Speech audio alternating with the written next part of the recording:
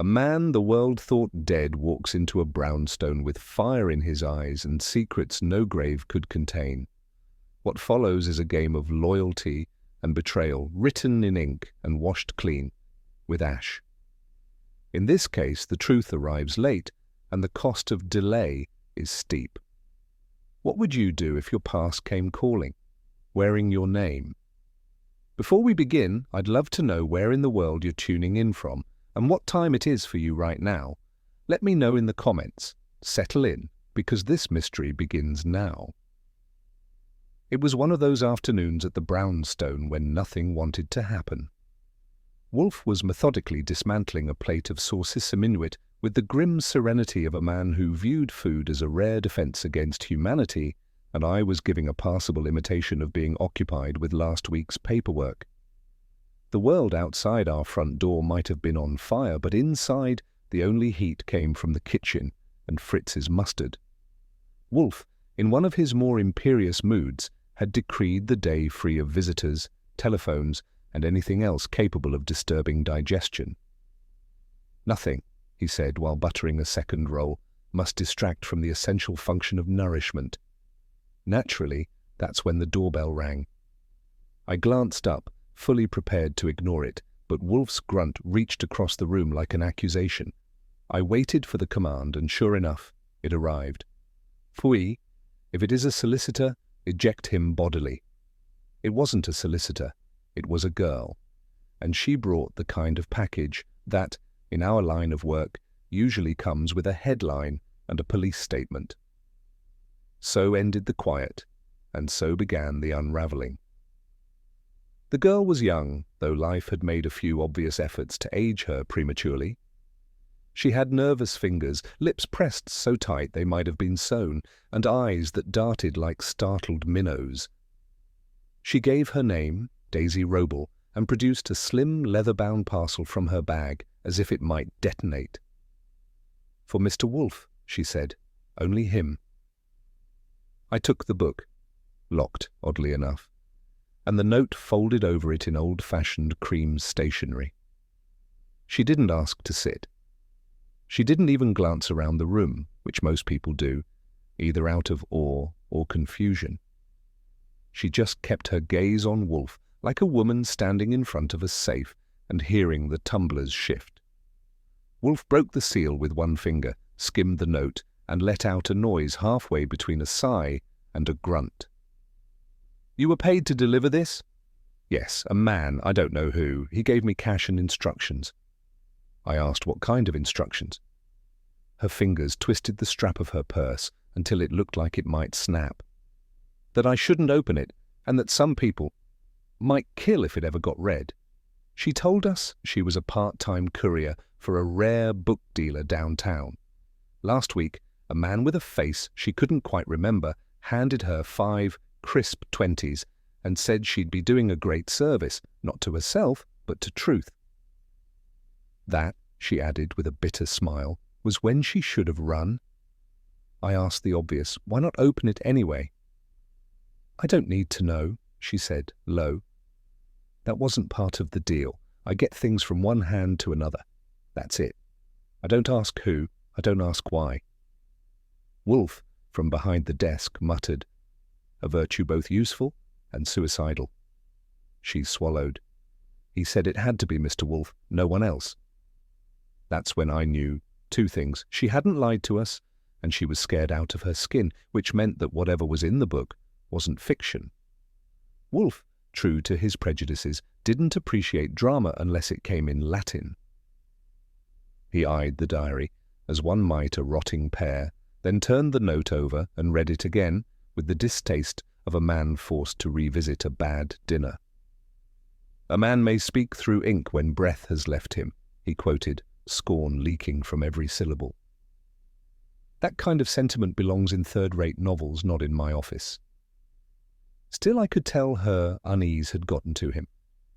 Wolfe doesn't exactly tremble in the presence of fear, but he has a soft spot for honest fright, particularly when paired with ignorance. She clearly didn't know what she was carrying or who had used her. He waved a hand, dismissive but measured. "Very well, Miss Roble. "You have discharged your duty. Mr. Goodwin will see you out." But her eyes lingered, as if she knew she wasn't leaving the danger behind, only passing it on. Once she left, Wolfe made a show of returning to his chair with great difficulty, as if motion itself had become a personal insult. I waited for the obligatory complaint before producing the lockpick set I kept in the back of my desk drawer. Not official agency protocol, but experience has taught me that some locks deserve a second opinion. Wolfe didn't object, but he didn't exactly endorse either. "I will not have it broken like a bank safe," he said. "Preserve the binding." "Fine," I replied, sliding the slim tool into the hinge. "We'll keep the corpse intact." It gave with a gentle snap. I unfolded the cover and looked inside. No title, no typeset. Just tight, slanted handwriting in black ink, careful and dense, page after page of it, dated entries, short paragraphs. A name stood out on the inside cover, Felix Calderon. Wolfe said nothing, but I felt the air in the room change. Felix Calderon had died in a prison fire 2 years ago, or so the papers said. Now he was writing from the grave. I flipped through the pages slowly, letting Wolfe hear each whisper of paper. The entries were neat, deliberate. Calderon wasn't pouring his soul into ink. He was staging a performance. Names, locations, cold accounts of thefts he'd supposedly committed. But it wasn't bragging, it was documentation. "Third paragraph, March 14th, Wolfe said. "Read it." I found it. "Darlington Ruby, removed from casing at approximately 3:12 a.m. No alarm. The glass had been replaced 2 days earlier. I had the stone in my hand for less than a minute. No thrill, just heat. Then I passed it on. That was the last theft." Wolfe folded his hands. "A criminal with a diary, and a sense of finality. Curious." I read on. There were references to people we didn't yet know, a woman named Angela, someone called the broker, and a third name scratched out entirely. Then came something odder. A list of what he hadn't stolen. He denied the Steinway burglary, the Pomeroy emeralds, the Greek coin forgery, and the Darlington ruby. He admitted lifting it, but not keeping it. "I passed it on," Calderon had written, "and it never reached her." Her, meaning Angela, presumably. The man was either repenting, redirecting suspicion, or setting the table for something worse. The line came halfway through an otherwise mundane entry. Wolfe had closed his eyes, as he often did when attempting to decide whether a case was worthy of him, but the sentence made them open again, not wide, just a flicker. "If they find this," I read aloud, "tell Angela I never lied, except once." Wolfe did not ask what the lie was. He never indulged rhetorical questions until there were answers to be had. "That," he said, "is not confession. That is bait." "Then we're being fished?" "Number, not yet. But we may be offered the hook soon." The silence after that was long and thick, until I closed the book and placed it gently on the desk. We had a diary, a dead man, a missing ruby, and now a sentence that didn't fit. It wasn't a mystery yet, but it was circling one. By the time night folded over the city, the diary had been locked in Wolfe's safe, and the air had gone thick with the kind of stillness that comes before things unravel. Wolfe had resumed his evening routine, a ritual composed of beer, yellowtail, and disdain for the rest of mankind. I went home early, feeling the quiet stretch behind my ribs like a warning. She didn't make the morning papers. Daisy Roble, aged 23, was found strangled in her apartment around midnight. No sign of forced entry, no valuables missing.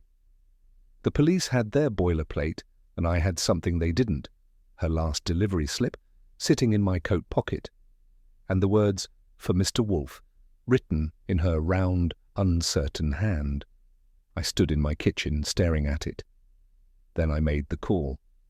Wolfe didn't sigh, he didn't curse, he just said, "Bring it." The diary was no longer just a curiosity.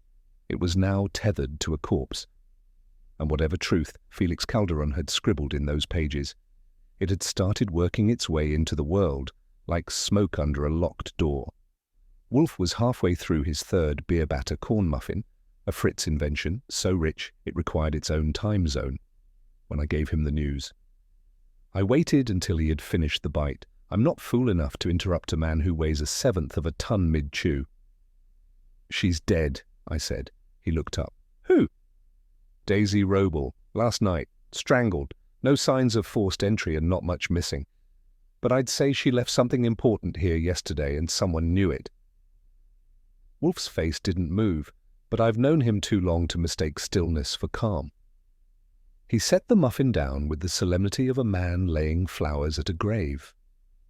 "Phooey," he said. "So the diary grows fangs." I nodded, and they drew blood. He stared at the untouched half of his muffin like it had betrayed him. "This is intolerable. I will not have my breakfast fouled by corpses, Mr. Goodwin." "Then we'll keep the rest of them out of the kitchen." "That will depend," Wolfe said dryly, "on how many more are required." I arrived at Daisy's apartment shortly after noon. The cops were still working the scene, which meant the real evidence hadn't had time to disappear under the weight of procedural boot soles. Her place wasn't big. A one-bedroom, cheap furniture, and the smell of someone who didn't cook because there wasn't time or money to do it. Whoever did it hadn't come for silverware. The drawers were open, cushions slashed, and her bookshelf had been thoroughly dismantled. Someone looking for something they either couldn't find or didn't recognize. But what they had missed was sitting like a sore thumb on the kitchen counter. A receipt. Folded once, creased in the middle, dated yesterday. It read, "Delivery, completed, N. Wolfe, West 35th, paid in cash. Item, locked book." That was bold. Too bold to ignore. I didn't pocket it. I photographed it with my eyes, I'm good at that, and walked out without speaking to the uniforms. They had nothing to ask me yet, and I had no reason to tell them what I knew. Daisy hadn't known what she was delivering, but someone else had decided it was too dangerous to let her live with the memory of doing it. He showed up 2 hours later, red-faced and steaming like an angry kettle. Inspector Kramer, the NYPD's own warhorse with a cigar and a temper to match. "I want to know," he began, "why the name Nero Wolfe is in a dead girl's notebook." Wolfe didn't look up from the book he wasn't reading. "Because she wrote it there." "You think this is funny?" "Number, I think it's obvious and irrelevant." Kramer turned to me. "Goodwin, you're listed as the delivery recipient." "That's right. She brought us a book, not poison, not dynamite, a diary, paid to deliver it. We didn't solicit it, Inspector. She walked in with it." "Then you won't mind handing it over?" Wolfe raised a brow. "You're welcome to return with a warrant. In the meantime, I suggest patience, or scotch." Kramer growled. I smiled. He didn't stay long. That was the one gift he always gave us. After Kramer left, trailing heat and irritation, Wolfe pushed back from his desk and gave the kind of sigh reserved for conversations beneath his intellectual pay grade. "This is preposterous," he muttered. A corpse riding on the coattails of an old felon's posthumous monologue. "It is not a case, it is debris." "Still," I said, "someone thought it was worth killing for." "That is what makes it unworthy. There is no clarity of motive, no elegance of execution, just blind fear and the stench of sentiment." He turned in his chair.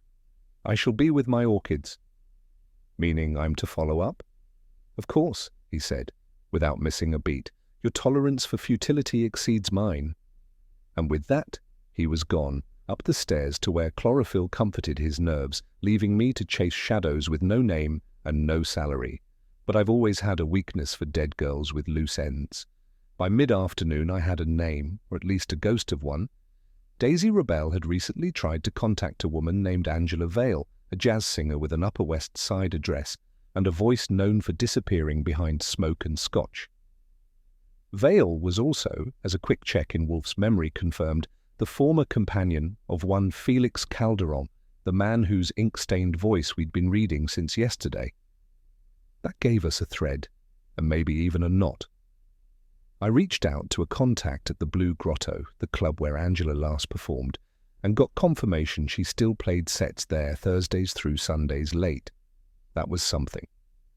Wolfe didn't comment when I told him, only offered one of his small nods, the kind that meant either approval or disdain, so complete it looped back to civility. "Proceed, Mr. Goodwin," he said. "But mind the tempo. If she sings in minor key, do not expect her truths to come in major chords."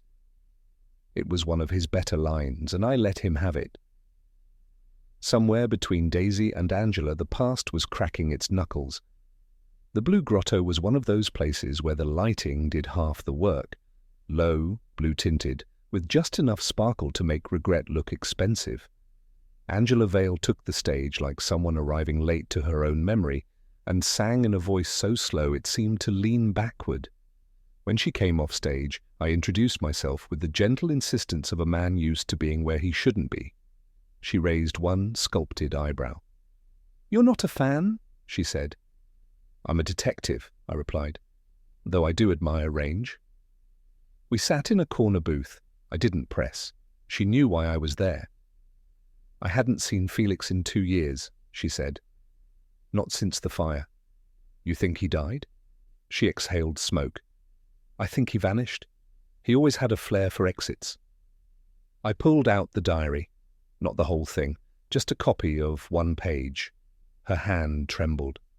"I didn't think it was real," she whispered. "I thought it was someone playing ghost." "Is it his handwriting?" "Yes." "And the ruby?" She looked away. "If he stole it, he never meant to keep it." "Then who did?" She didn't answer. Sometimes silence has teeth, hers bit like winter. Before I left, I asked her something offhand like I didn't care too much. That's usually how I get the most honest answers. "You still believe in him?" She flicked ash into a tray, shaped like a broken violin. "Felix never lied to me." "Never?" She looked me square. "Except once, and he knew I knew." I waited, but she wasn't giving it up.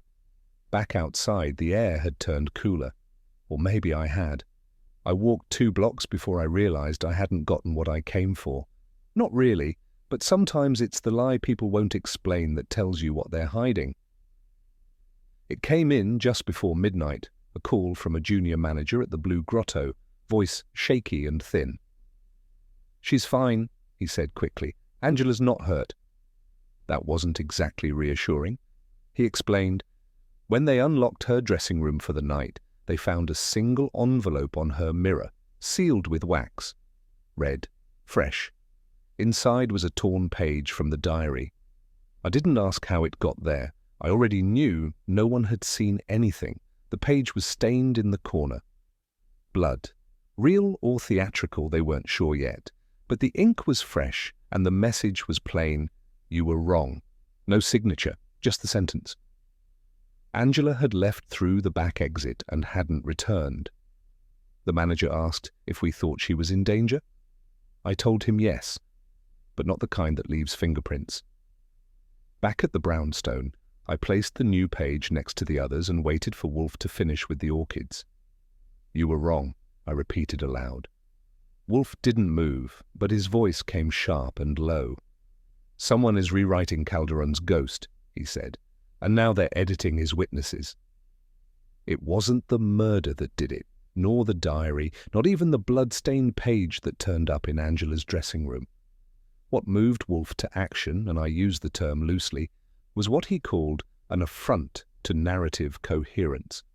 "They're altering it," he said, with the disgust of a man served canned mushrooms.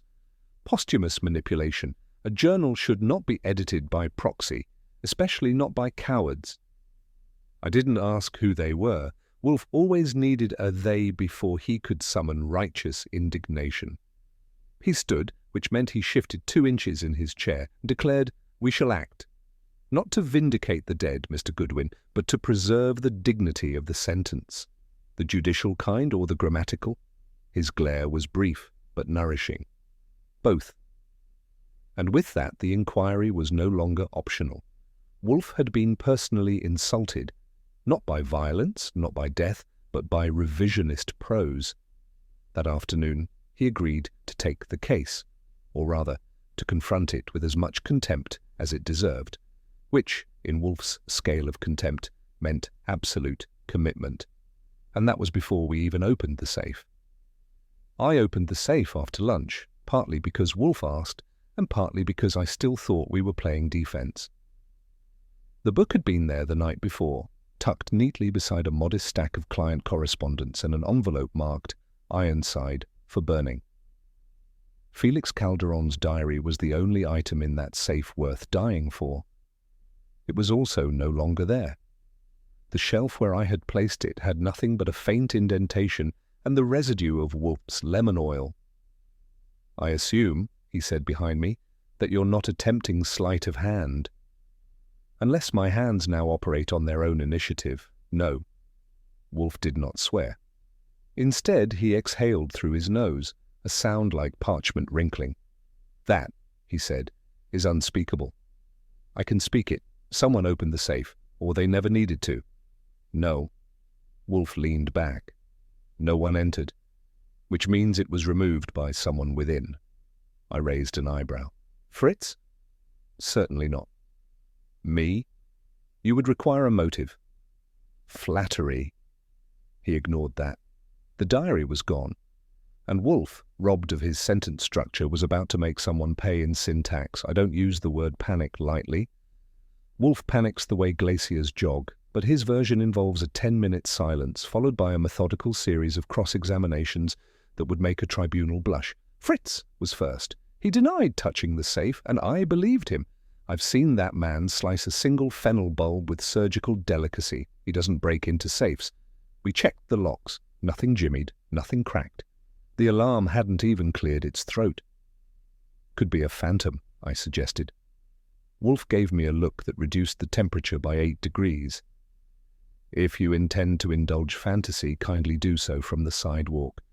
We had no break-in, no missing keys, and no suspects, unless we wanted to start accusing orchids, which Wolfe would have found more plausible than accusing Fritz. But one thing was certain. The diary hadn't evaporated. Someone had lifted it clean. And Wolfe intended to find out who, before breakfast was interrupted again. Wolfe pressed the buzzer on his desk. Not the bell for Fritz, but the direct line to Saul Panzer. That alone told me we were shifting from curiosity to declaration of war. By evening, the troops had assembled. Saul first, smooth and wordless as ever, followed by Fred Durkin, who never arrived without a sense that something had already gone wrong. Wolfe didn't waste breath. "The diary has been stolen. The perpetrator, by necessity, has either penetrated this house or received it from one who did." Fred looked mildly horrified. Saul blinked once. "I want every person who crossed our threshold yesterday traced, interviewed, and evaluated. Start with the obvious. Miss Robel, Miss Vale, and any associates tied to the late Felix Calderon. Mr. Goodwin will assist." Fred asked, "We assume the motive is the diary?" Wolfe nodded. "Yes. Either for what it reveals or what it conceals. Possibly both. We split up duties. Saul took the shadows, Fred the doorways, and I took the hunches." Wolfe reclined and closed his eyes. "Find the words, gentlemen. Find the words that someone was willing to kill for, or rewrite. If I had a nickel for every time a beautiful woman made herself suspicious by being too convenient, I could buy Wolfe a new desk chair, reinforced naturally. Angela Vale had motive, proximity, and something better than an alibi: performance. She knew Daisy had the diary. She knew Calderon's name wasn't as dead as advertised, and she'd received a blood-soaked page with a postscript worthy of a threat. Too neat. I suggested as much to Wolfe the next morning, but he wasn't biting. Instead, he beckoned Saul, who had returned, with a dry, 2-sentence report. "Miss Vale," Saul said, "was at the Blue Grotto from 4 p.m. to 2 a.m. yesterday. She performed both sets. Waitresses saw her between sets. She didn't leave the premises." Wolfe grunted. Makeup may disguise guilt, but it rarely obscures chronology. I said, "So she's off the hook?" "Not necessarily. She may be honest, she may be clever, but she is no ghost, and the diary didn't vanish by ectoplasm." That's as close as Wolfe gets to intrigue. Angela was no longer the prime suspect. But in Wolfe's universe, removal from suspicion often meant deeper utility, and deeper utility meant she wasn't done with us yet. Wolfe dislikes improvisation almost as much as he dislikes manual labor, so when he began laying out a theory involving conspiracy, forgery, and literary redaction, I paid attention, because that meant he was furious. "This is not merely a theft," he said, arms folded. "This is an attempted reconstruction of narrative. Someone is using Calderon's diary as a foundation for their own myth." "Meaning?" "Meaning," he said, "that Miss Robel may have copied the diary, or allowed someone to do so. What we received was not necessarily the only version, perhaps not even the final version."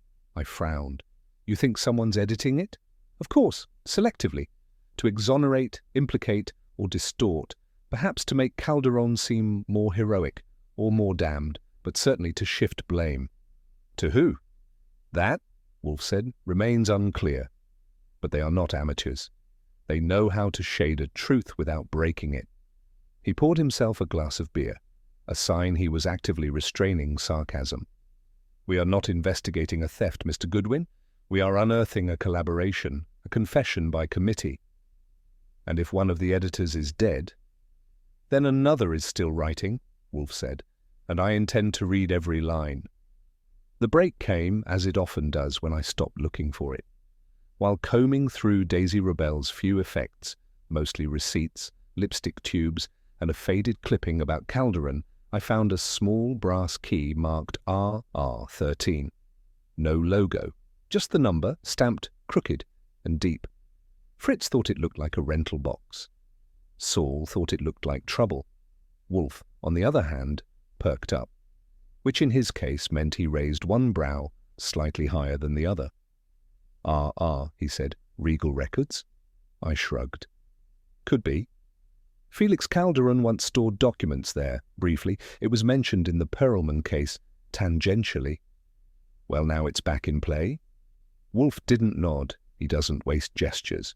But he let out a small, satisfied grunt. "We had a key. We didn't know what it opened yet. But somewhere, Calderon had left another lock, and someone else might already be trying to pick it. I paid a visit to Regal Records under the pretense of retrieving my late uncle's insurance documents, a story so dull no one questioned it. The manager gave me a polite nod and a brass tag in exchange for the RR13 key. Inside the box, nestled against cheap velvet lining, was a black pouch. No rubies, no gold, just a single page folded 3 times and a faint scent of dried ink.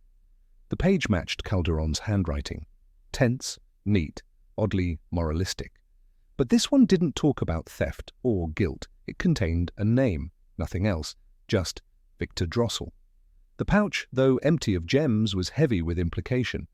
Whoever Victor Drossel was, Calderon had linked him to the Darlington affair in a way so discreet it needed hiding and retrieving. I placed the page carefully back in my coat pocket. No need to mention rubies. Not yet. Back at the brownstone, I slid it onto Wolfe's desk. He stared at it for a moment, then tapped it once with his forefinger. "Now," he said, "we begin." Wolfe didn't recognize the name. That alone made it interesting. "Drossel," he repeated, tasting it like a sommelier disappointed by the finish. "It lacks clarity, Anglo-Saxon rhythm perhaps, but no musicality. It also lacks context," I added. "We've got no tie to Angela, no direct mention in the diary until now, and no reason Calderon would stash his name in a vault unless he meant to return to it." Wolfe nodded once. "Then we shall return for him." I started background work, property, employment, anything that might suggest why a dead thief thought Drossel mattered. And as I did, Wolfe leaned back, closed his eyes, and murmured something under his breath. "Every lie," he said, "requires a name."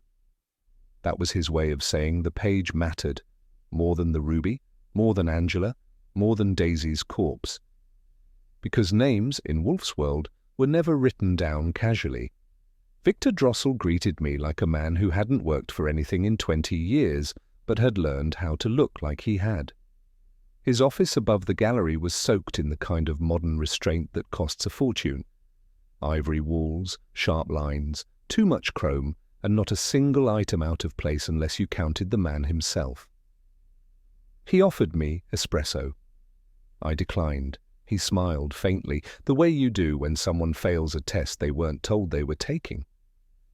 "I understand you're investigating Mr. Calderon," he said, crossing his legs with slow precision. "I understand you made quite a leap in value just after Calderon supposedly died." "Coincidence," he replied smoothly. "Markets reward timing. Or they reward product." That one made his brow twitch, almost imperceptibly. He reached for a file he didn't open. "I never met Calderon. I only know what's been published." "That's rarely the truth." "I suppose you would know." He kept smiling, but his fingertips whitened slightly on the porcelain. "By the time I left, I didn't know much more than when I arrived, except that Victor Drossel had heard Felix Calderon's name before, and he didn't like how it still echoed. The trouble with well-dressed liars is that their tailoring gets in the way of the tells. Drossel wore a dove-grey suit that probably cost more than Fritz's monthly grocery bill and a silk tie tied just a little too perfectly. But when I mentioned Angela Vale, gently, like a man setting down a glass near a spill, he blinked. It was small, but the kind of small Wolfe would pounce on like a cat on Latin. "Angela Vale," I said casually. "Lovely voice. Shame about her taste in men." His eyes didn't move, but his hand did, up to adjust his cufflink. Left side, slow, careful. He hadn't touched his tie since I walked in. "I'm not familiar." "Of course," I said. "She only performed at every gala from here to Montauk 2 years running, before she disappeared." Drossel smiled politely. "I curate art, not singers." "Then your memory must be full." When I left, he followed me to the elevator, another detail that stuck. People like Drossel don't walk you out. They nod from behind minimalist desks and expect the air to handle goodbyes. The name Angela Vale hadn't scared him, but it had made him careful. Drossel threw parties like other men threw alibis, strategically and with plausible deniability.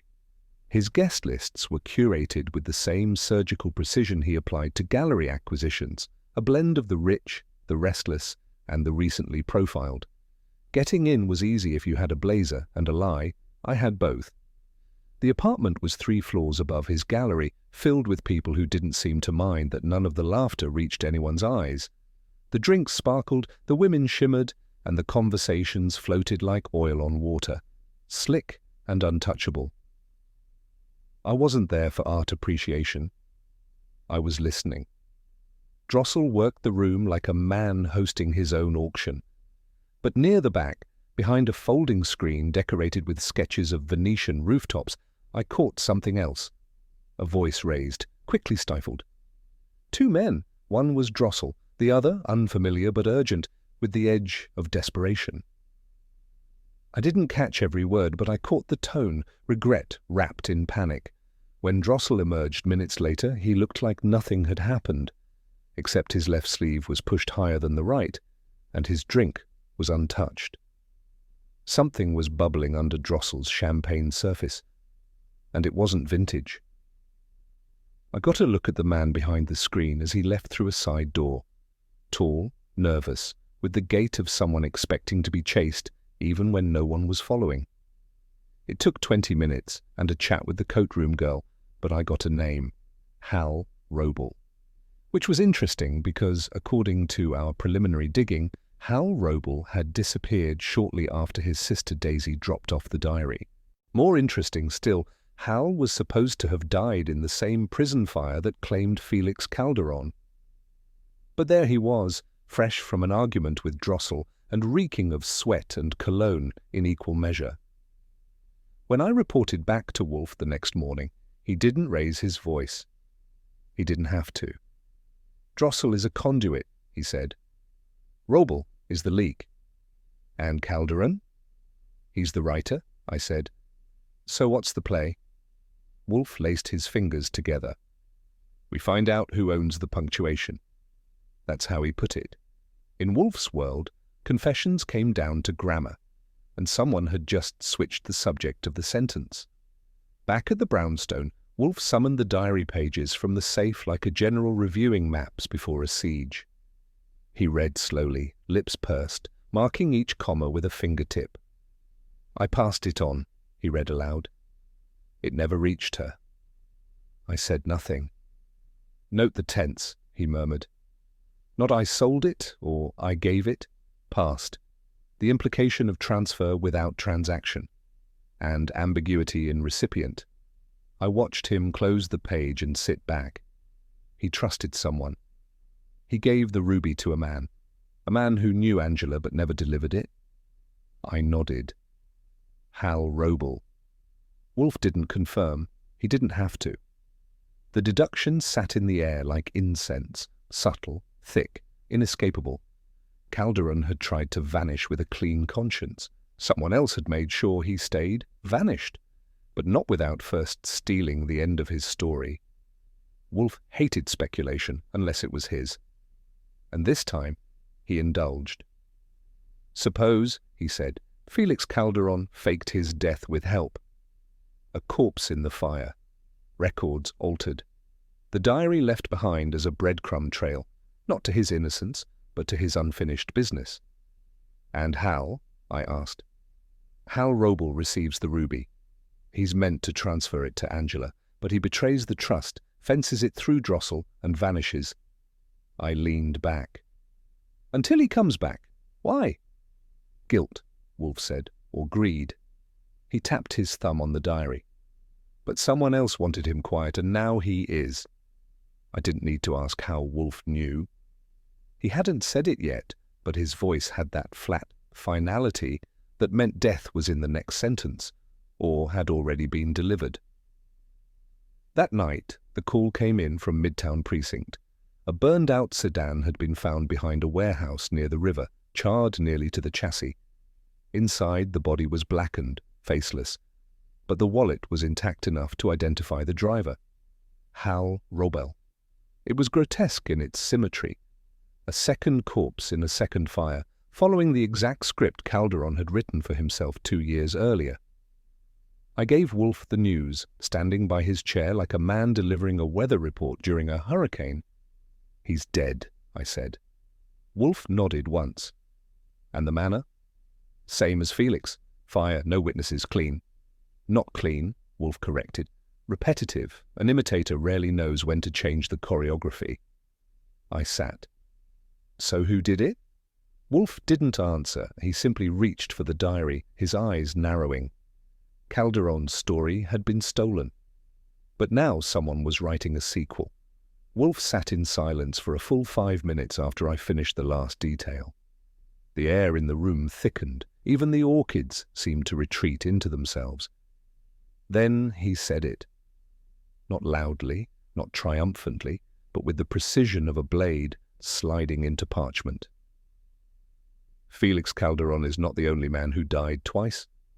It wasn't a metaphor, it was an indictment, of whom he hadn't said yet. But it told me everything I needed to know about Wolfe's state of mind. He wasn't amused anymore. This wasn't about a thief or a ruby, or even a diary that wouldn't stay quiet. It was about the theft of identity, the theft of death itself. Hal Roble had tried to mirror Calderon's disappearance, and paid for it with his life. Someone was cleaning house, and Wolfe, now thoroughly baited, would not be waiting for the dust to settle. Kramer arrived with the expression of a man who'd bitten into something labelled cherry and found anchovy instead. His cigar was unlit, which meant something or someone had genuinely offended him before he reached the brownstone. He came straight to the point, which for Kramer meant circling it first, like a wrestler deciding how to best flatten an opponent. "I want the diary." Wolfe, as always, responded to rage with cholesterol. He gestured toward the side table. Toast, Inspector? No toast, no banter. That girl's dead. Her brother's dead. I've got press, prosecutors, and a commissioner breathing down my neck, and you're sitting here. Precisely, Wolfe cut in. Sitting, you've come for the diary. I regret to inform you it is unavailable. Destroyed? Displaced? That's obstruction. Not if it obstructs nothing. Kramer stood over Wolfe like a man trying to reason with a granite monument. I watched it unfold from the corner, quietly admiring the sheer density of Wolfe's resistance. "I'll be back," Kramer growled. "You always are," Wolfe murmured. And as the door shut behind him, Wolfe looked at me and said, "We may now proceed without further bellowing." Which, coming from Wolfe, was practically a blessing. It wasn't the first time I'd studied art inventory, but it was the first time I did it with the same suspicion I usually reserved for unsigned ransom notes. Drossel's gallery had an online catalogue curated to appeal to deep-pocketed dilettantes, and it included one curious anomaly, a bronze sculpture, unsigned, unattributed, purchased 2 years ago under the name S.F. Warden. No other transactions matched that name, no return address, no buyer notes, just one word in the internal ledger, held, but never sold. And in the photo the piece stood 2 feet high, oddly proportioned, with an elongated base. The dimensions didn't bother me. The word hollow in the materials description did. I sent the listing to Saul with a note. Check the artist, discreetly, and find out if this thing could store a jewel the size of a small confession. Wolfe, glancing at the photo, said, "The item is too inelegant for Calderon, but not too crude for concealment." "You think the ruby's inside?" "I think," he said, "that the past is rarely buried without effort. Let us see who dug the hole." And with that, the statue went from ornamental to evidentiary. Saul, as always, was efficient. By the next afternoon, he'd tracked down the artist behind the bronze sculpture. Name, Leslie Mora. Studio in Soho. Reputation, middling. Temperament malleable, if greased with flattery and $50 bills. Mora didn't know the buyer's name. He only remembered the cash, a thick envelope handed to him by a man who never gave one, but who left an impression nonetheless. "Burn marks," Mora said. "Left hand, wrist and part of the forearm." He wore a glove, but I saw it slip when he counted the bills. He was in a hurry. What did he say he wanted? To use the piece as a gift box.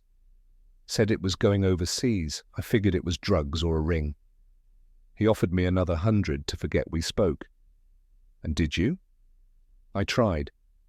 But you're here, so I guess not. Saul relayed this to Wolfe, who absorbed it without blinking.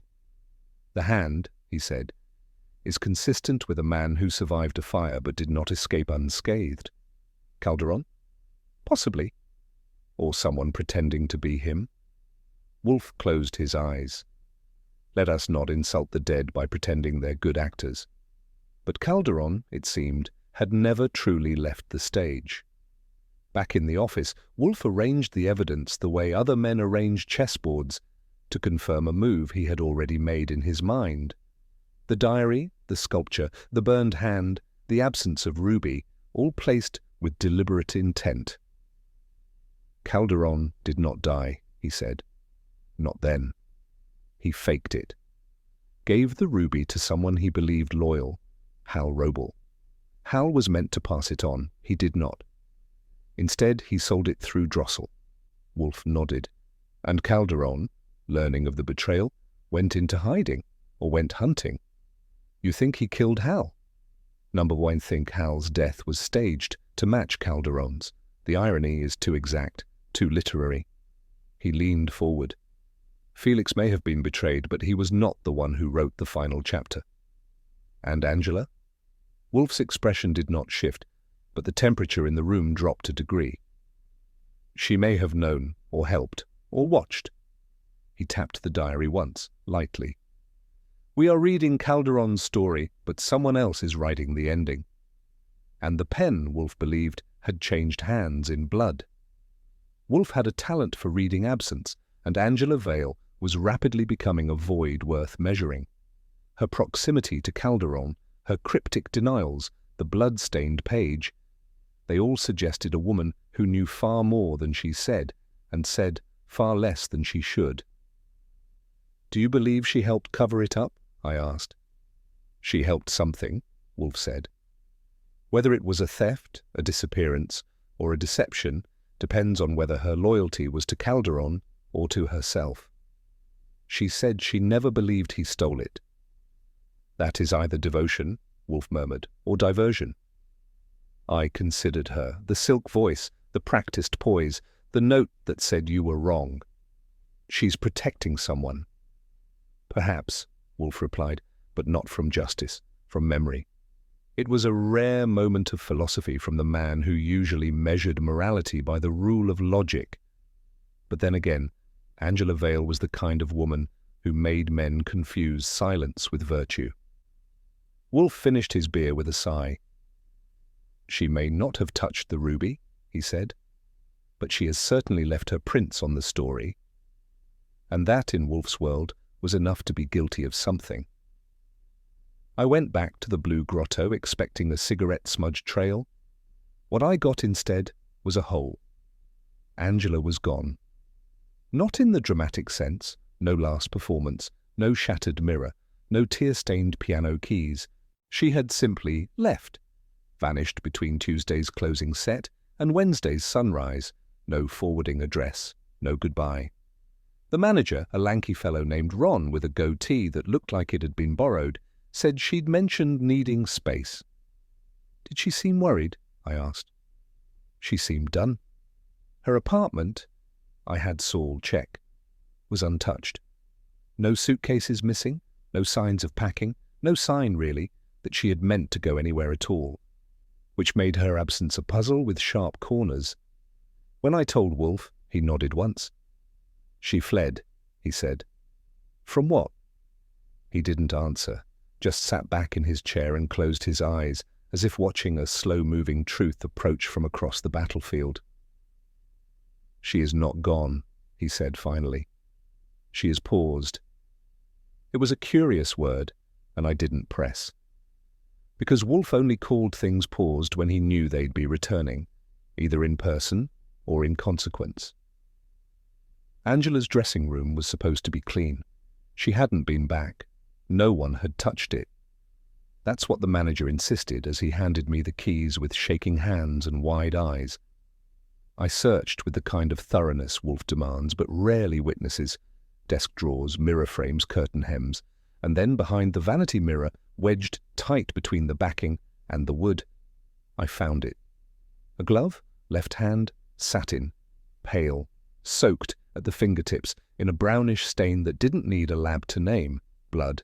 Old enough to dry, fresh enough to speak. I brought it back and placed it on Wolfe's desk without a word. He regarded it like a botanist appraising a poisonous bloom. "She's not paused," he said. "No." "She is present," he said softly. "But someone has made her absence permanent. We have our third death. And no body." Wolfe's voice darkened. "Yet." And in that yet, stretched tight like a piano wire, was the promise that this story, Calderon's story, wasn't done collapsing inward. Not until Wolfe had found the sentence that explained it all.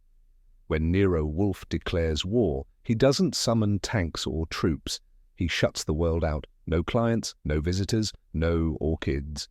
That morning, he even declined Fritz's oxtail stew, and that, I assure you, is less a dietary choice than a declaration of siege. He called it strategic isolation, but I knew the signs.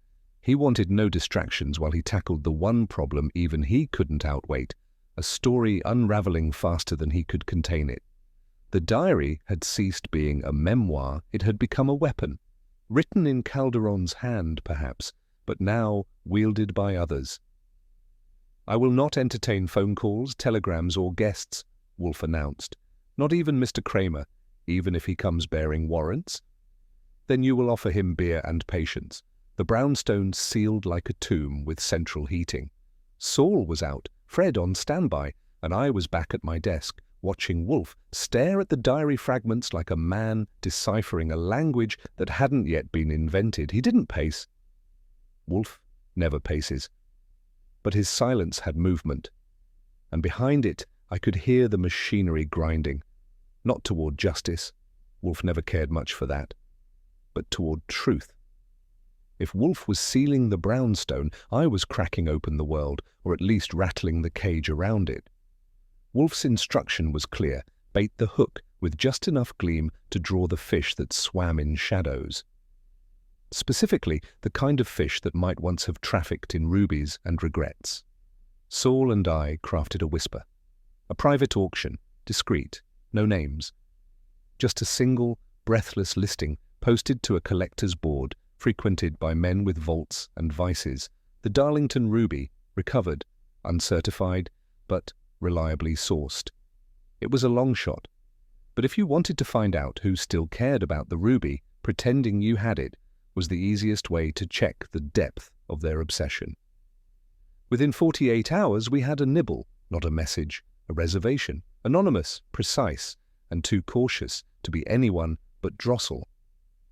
I informed Wolfe over his second bottle of Lowenbräu. He nodded once. "Let him come," he said. "If he is innocent, he'll pretend not to know what it is. If he is guilty, he'll pretend to know too much." Either way, the lie would be instructive. And with Wolfe, instruction was the first form of punishment. Drossel arrived for the meet wearing the same crisp perfection he wore like armor. Brushed wool, gold cufflinks, a necktie like a warning flare. He walked into the warehouse space Saul had rented without hesitation, like a man confident no one would shoot at him. He was wrong. We'd barely exchanged pleasantries when the air cracked, one sharp report, high and close. The bullet struck the far wall, missing Drossel's ear by inches and sending him sprawling behind a crate that had been staged more for aesthetic than protection. I had my piece drawn before the echo died. Saul was already moving, silent and fast, toward the alley, but whoever had taken the shot was gone before the dust settled. Drossel, flat against the floor and pale as gesso, stared at me like I was the one who fired. "I came to verify authenticity," he croaked. "Of the ruby? Or your obituary?" I hauled him up. "Congratulations. You've proven someone wants you dead." He didn't answer. He didn't need to. His eyes said it for him. And they weren't frightened. They were furious. Later, when I recounted the attempt to Wolfe, he showed the first flicker of interest all day. "An interruption," he said, "is only worthwhile when it reveals motive." This one had, and we weren't finished with Drossel yet. When I walked back into the brownstone, Wolfe was where I left him, seated, unmoved, but distinctly more focused. I gave him the full account, the shot, Drossel's reaction, the absence of the shooter. He closed his eyes, folded his hands over his stomach, and spoke with a precision that made the air denser. "Miss Vale is not dead," he said. I raised a brow. "No body, no certainty, sure, but we found the glove." "Yes, a glove," he interrupted. "Not a corpse. She is not vanished. She is acting." "On whose behalf?" "Perhaps her own. More likely, she is blackmailing Drossel, or shielding Calderon, possibly both." He leaned forward slightly. "For Wolfe, that's a shout." "She is not the hunted, Mr. Goodwin. She is the pressure." "And the bullet?" He opened his eyes. "Was intended to remove what cannot be silenced. Drossel is not simply complicit. He is expendable." I said nothing. There wasn't much to add. Wolfe sat back, reached for his beer, and murmured, "Bring them here?" "All of them?" "All of them." The game was no longer about discovery, it was about confrontation, and Wolfe was preparing the board. Wolfe's office was never meant for theatrics, but it hosted them well. That afternoon it became less a parlor and more a tribunal, velvet chairs arranged like witness stands, windows shut, and the temperature low enough to sharpen tempers. Victor Drossel arrived first, visibly rattled, still wearing the scent of adrenaline. Kramer followed with the reluctant suspicion of a man who'd been tricked into attending a play and suspected he was the punchline. Angela appeared last, silent and veiled, as if the air itself might judge her. The sculptor, Mora, took the farthest seat and immediately regretted it. Wolfe surveyed them like a conductor tuning his orchestra before a dirge. "I have called you," he said, "not as accuser, but as reader. There is a story here, half-written, poorly edited, and in need of closure. You have each contributed to its incoherence." Angela flinched. Drossel smoothed his cuffs. Kramer snorted. "You planning to publish it?" Wolfe's eyes didn't move. "I intend to end it." And with that, the silence took hold, the kind that tightens like string around the throat of truth. It was Wolfe's favorite kind, and, as always, it was his turn to speak. Wolfe didn't raise his voice. He never does when he's certain. Instead, he began with a small exhale, a clearing of verbal space, and then a sentence so flat it could have been granite. "Felix Calderon is alive," Angela gasped. Kramer muttered a curse under his breath. Drossel said nothing, which was far more revealing. Wolfe folded his hands. He faked his death with assistance. Hal Roble, likely. The fire was staged. A corpse was substituted. The diary left behind, fragmented intentionally, but not for confession, for leverage. He turned to Angela. "You received a copy." She said nothing. "To Mr. Drossel, you profited, perhaps unknowingly. But once Calderon learned of your involvement, he saw betrayal. That was Hal's end." Drossel spoke. Quiet, cold. "I didn't kill him." Wolfe nodded. "But someone tried to kill you." Angela's hands trembled. Wolfe didn't look at her. "The diary is no longer a record," he said. "It is a weapon, and the hand that wrote it wishes to retrieve it." Kramer scoffed. "So where is this ghost of yours?" Wolfe didn't answer. He simply turned to me. "Mr. Goodwin," he said, "open the door." And as I rose, I had the uneasy sense that Wolfe had summoned not a witness, but a reckoning. Fritz opened the door with the solemnity of a man unveiling a ghost. And that's what stepped into the room. He wasn't tall, but he walked with the kind of limping dignity that came from pain too old to register as complaint. His coat was dated, his hair thinner, but the eyes, dark, clear, and cautious, were unmistakably Calderon's. A silence settled, not out of fear but recognition. Even Kramer, who'd seen more corpses than confessionals, didn't speak.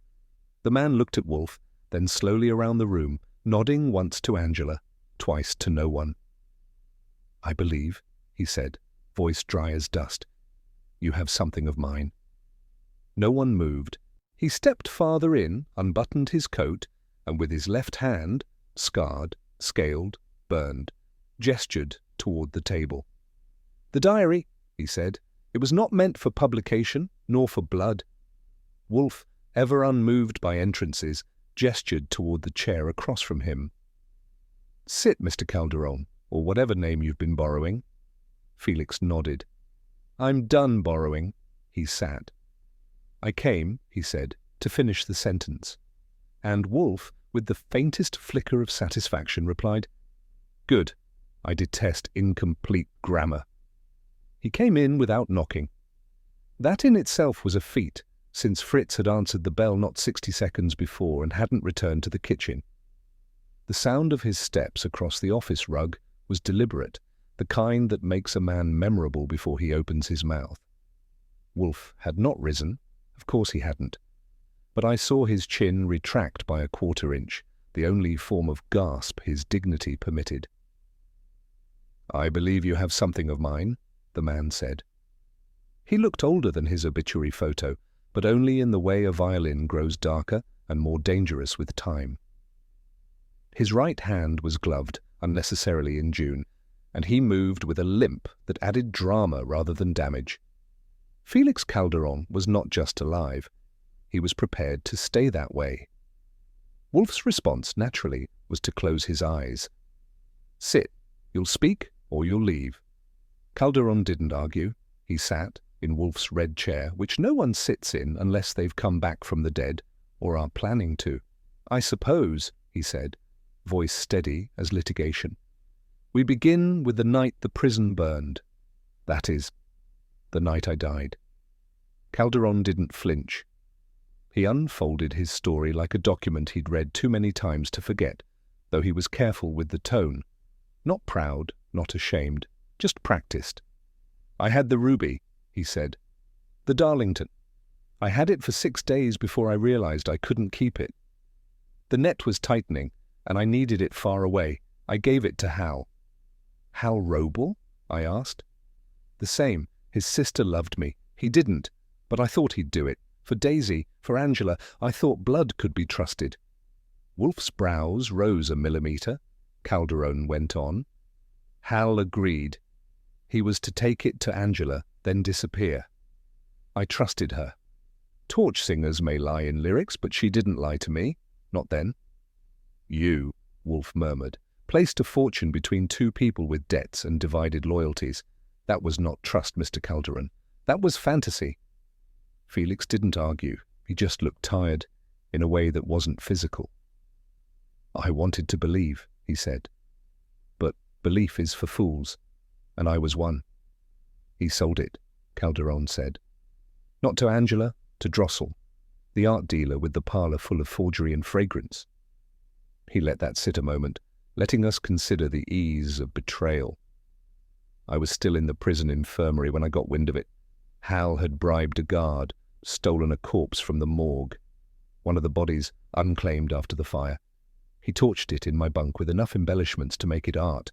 A few personal items, the right teeth, some creativity with gasoline." I glanced at Wolfe. His mouth formed a thin line, the kind he used when someone was confessing to genius without intelligence. "And then?" Wolfe prompted. "I left. Quietly. Changed names, burned old ones. But I couldn't let go. I watched Drossel rise, painting over everything with class and cash. And I watched Hal act like he'd never heard my name." "And Angela?" Wolfe asked. Felix's mouth twitched. Still sang. Still wore red. But she wouldn't look me in the eye. It was a story no corpse should tell. And yet, here he was, unburied and articulate. "I found him," Calderon said. "Hal, it wasn't hard. He was still spending like he had something to prove." He took a breath, not the kind that preceded rage, but the kind that steadied the hand before disappointment. "I confronted him. In a motel outside Albany. I wanted the truth. I wanted him to admit it." "And?" I asked. "He did, and then he begged. He said Drossel had threatened him, that Angela was next." "You didn't kill him?" Wolfe asked, too calmly. Felix's eyes locked on Wolfe's. "No." "Then who did?" "I left him alive." Wolfe's gaze narrowed. "An omission, Mr. Calderon, is not the same as innocence." Calderon gave the ghost of a shrug. "I can't account for what Drossel did after I walked out, but someone finished him. And from the way his voice dipped just slightly, I wasn't so sure he hadn't lit the match himself." Angela sat like silence personified. She had returned, found, not volunteered, and her voice carried no tremor, only where. "I got the ruby," she said, "in a velvet pouch with a note from Hal. No mention of Felix."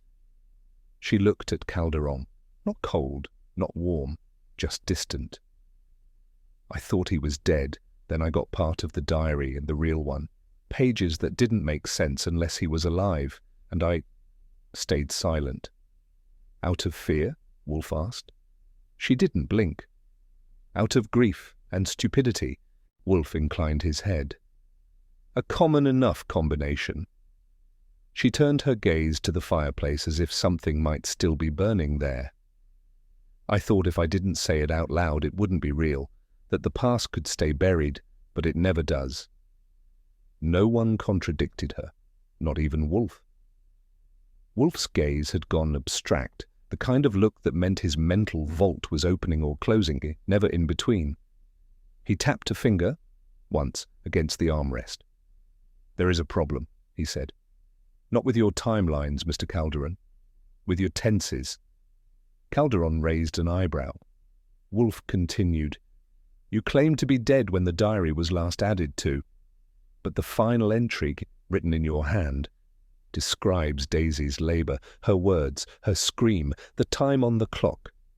Calderon sat back, very still. And Daisy, Wolfe said, his voice soft as thread through a needle, died the next morning, publicly, tragically, which means that entry was added later, I finished, by someone who saw her. Felix didn't deny it, but something in his posture shifted, the collapse of a bluff, not a man. Wolfe's tone remained gentle. Why did you return to her? The answer was coming, and it wasn't going to be kind. I went for the diary, Felix said. The words didn't fall like confession. They settled, thick and damp like fog on stone. She had it.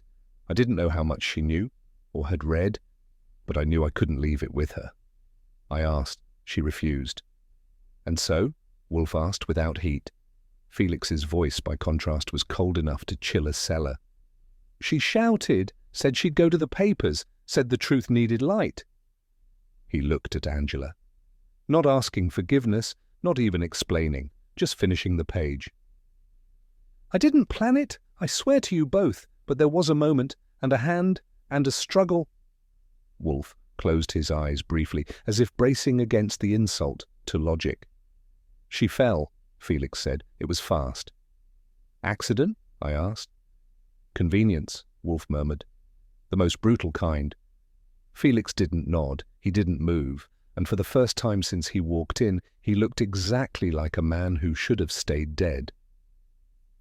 She called me a liar, Felix said, so quietly I nearly missed it. He wasn't looking at anyone now.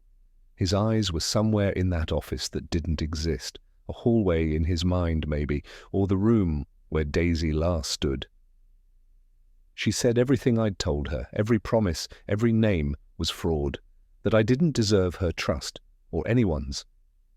His jaw clenched. I only wanted her to listen, to understand, to read my words and believe them, but she didn't. She said the only thing worse than a liar was a coward who ran. Wolfe said nothing. Angela neither. Felix exhaled. I wanted the last word, just one truth, even if I had to take it. That kind of truth doesn't redeem. It just darkens the corners of the page. Kramer had been listening from the doorway long enough to know the right moment. He stepped forward without triumph, without his usual orchestral snort. Felix Calderon, he said, flat as Monday coffee. You're under arrest. Felix stood, not quickly, not slowly, just without protest. You'll have to explain a few things at the station, Kramer added, like a man too tired for theatrics. Not that it'll matter, the dead can't argue, and the living don't always bother. Felix nodded once, just once, then looked at Wolfe. No epigrams? He asked. Wolfe met his gaze. Only this. You were never the phoenix, merely the ashes rearranged. Kramer cuffed him. He didn't resist. And I, for once, had nothing to say. After the door closed and the silence congealed, I poured 2 fingers of brandy, mine, not Wolfe's, and sat. He told the truth, I said. Eventually. Wolfe made a sound somewhere between contempt and indigestion. Eventually, he echoed. Yes. But that is precisely when truth loses its virtue, when it arrives after damage like a bandage on a cadaver. I swirled the glass. Still, he could have kept running. Perhaps. But even thieves tire of running, especially the ones who think they're noble. I nodded, then frowned. Wolfe, do you think there's such a thing as an honest thief? He turned toward the orchids, not me. No, Archie, only skilled liars with sentimental timing. And that, I suppose, is what Felix Calderon was, a ghost with a conscience delivered late. The fire was dying. Outside, the world spun on. And in Wolfe's office, the word honest had never sounded more hollow. The fire in the hearth had been lit early, not for heat, but for judgment. Fritz, ever the silent lieutenant in domestic warfare, stood by with a brass poker and a face that clearly wished he'd taken up pastry elsewhere. Wolfe, reclining with the posture of a Caesar who had delivered sentence, gestured with 2 fingers. I held the diary like a loaded revolver. It was lighter than it should have been, considering the weight of what it carried. Blood, betrayal, and a tale too carefully told. I tilted my hand. "Archie," Wolfe said, "delay offends me. I was just wondering whether this counts as obstruction of justice." "Justice," he said, "has already been obstructed. By sentiment, by time, and by cowardice. That," he pointed to the diary, "is merely residue. I fed it to the flames. The cover curled in on itself like a lie, withdrawing from daylight. The pages lifted and twisted, smoke rising from the ink that had tried so hard to impersonate truth." Wolfe closed his eyes. "Let us not mistake confession for integrity." "Or cremation for closure," I muttered. But nobody answered. I've heard Wolfe justify a lot of things. Duck à l'orange at 11 a.m., silence in the presence of Mozart, and once, memorably, the utter demolition of a senator's alibi with the word incongruous. But explaining the burning of a diary that unraveled 3 lives required a fresh tier of philosophical scaffolding. He swirled his glass of beer, set it down, and fixed me with the expression he usually reserved for heresies like margarine. "History," he said, "is a seduction. A thief's memoir is no more history than a man's self-written epitaph. It flatters, it fabricates." "Maybe so," I said, "but it also had names, dates, amounts. You know, facts." "Facts chosen," he snapped, "to serve an illusion. That volume was not testimony, it was vanity, a monument built by a man who falsified even his own resurrection." He tilted back his head. "Archie, were it mine to dictate curriculum, I would teach epistemology before penmanship. Good luck getting that past the Board of Education. It does not require their assent to dismiss a lie." And with that, the final flakes of Felix Calderon's prose turned to ash behind me. The envelope arrived late that afternoon, unadorned and unperfumed, a fact I noted because Angela once carried her secrets in scent before she dared speak them. The handwriting was hers, graceful, fluent, a touch more upright than before. Wolfe read the note aloud, though she hadn't addressed him directly. "Thank you, I will forget him now." That was it. No signature, no explanation, just a line that carried the weight of 10 years of silence and a song that no longer needed a stage. Wolfe didn't comment. He folded the paper, creased it once, and dropped it in the wastebasket, as if it had arrived already posthumous. "You're not keeping that?" I asked. "It serves no function." "No, but I thought—" "You thought wrongly." His tone had the edge of a man resisting the temptation to mourn. So we let her go, quietly, as she had asked. Kramer came by with the air of a man arriving to collect unpaid debts. Moral, procedural, and possibly emotional. He had that look I've seen once or twice before. The discomfort of owing Nero Wolfe a nod of acknowledgement and the dread of actually having to say it. "Damn it," he said, after helping himself to a chair. "You were right." Wolfe, who had been studying a chess problem with the attention of a monk translating Sanskrit, didn't so much as blink. "Of course." Kramer's face twitched. "One day I'm going to come in here and not find you halfway to smug." "That would be a day misspent," Wolfe said calmly. "You might bring a subpoena instead." "I might yet." He glanced at the fireplace where the last char was still glowing faint. "And if I do, I want fewer corpses, less fire, and no ghosts whispering from burned paper." "You presume too much," Wolfe murmured. Kramer rose. "You'll forgive me for hoping this was your last diary case." "I never forgive for optimism." The door shut behind him with the finality of a verdict unappealed. I stayed behind in the office long after Fritz had cleared the glasses and Kramer had stomped back to the pavement, presumably to glower at someone else's sin for a while. The fire had eaten its meal clean, and only the iron grate remained, holding what might once have mattered. I stood there and watched the ash drift upward, little ghosts of ink that had dared to outlive the man who wrote them. "You ever wonder," I said, "if the truth's always worth chasing?" Wolfe, behind me, gave a snort that passed for thought. Only when the alternative is complacency? Sure, but we stirred up 3 corpses, a career, a woman's memory, and something red enough to hang a dozen temptations on. Are you moralizing, Archie? Nope, I said, just noting the mess. Wolfe turned a bishop on the board and studied it like it had offended him. Life is not neat, but nor is deceit sterile. That, I gathered, was the closest we'd get to absolution. It wasn't dramatic. Wolfe didn't look up, didn't grandstand. He merely placed his rook beside a pawn and said, in that voice reserved for the final brushstroke of a deduction, Felix Calderon told the truth too late, and that Archie was the worst crime of all. I didn't respond. There wasn't much to add. I've seen men lie to escape a cell, to dodge taxes, to win an argument with their wives, but Felix had lied to memory, to love, and finally to himself, the most damning jury of all. Wolfe continued without flourish. He preserved no one's honor, he restored no legacy, he simply tried to revise the past in present tense. Sure, I said, but at least the truth got out in the end. Wolfe lifted a brow. Did it? Or merely its ghost? I left him to his game, the office thick with the scent of cinders and regret. The fire was out, but something else I suspected was still smouldering, and it wasn't done yet. In the end, the truth did not arrive with fanfare, only with the weight of what had been delayed too long. A ruby passed from hand to hand, a diary turned to ash, and a man who wanted one last word at the cost of someone else's silence.